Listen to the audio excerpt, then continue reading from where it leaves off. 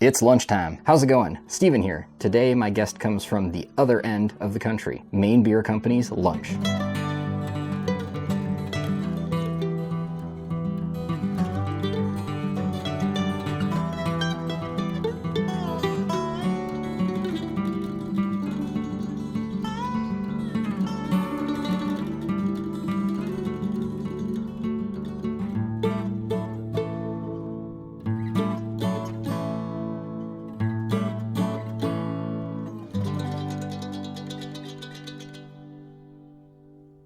All right, let's go ahead and have a look at it.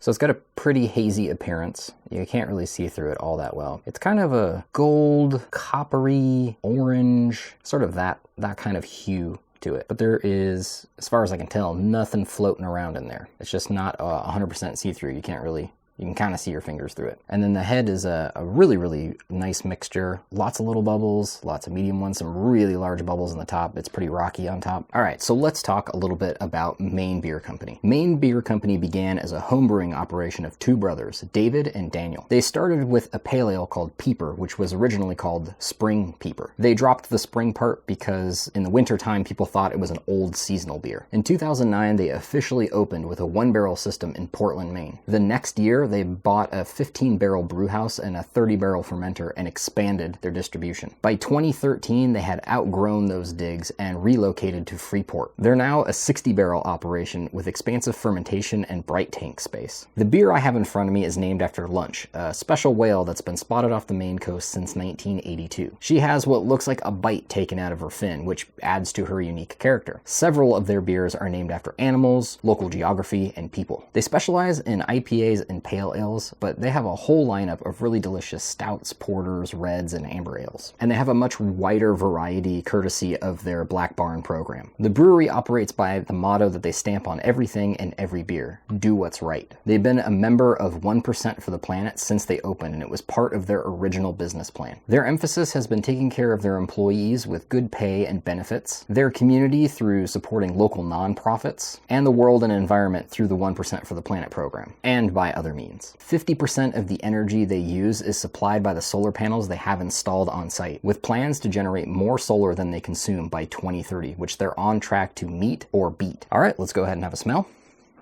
So right off the bat, there's a really strong presence of grapefruit, orange, and caramel with kind of a nondescript tropical funkiness to it. If I had to put a name to it, it would be kind of mango or papaya, kind of funky off. And then there's a pine alongside that as well. And then there's very faint tones of a general woody and herbal character and some floral notes. There is a little touch of a vegetal like onion or garlic underneath. Pretty faint. It's not overpowering any of the others. All right, let's go ahead and have a taste. Cheers.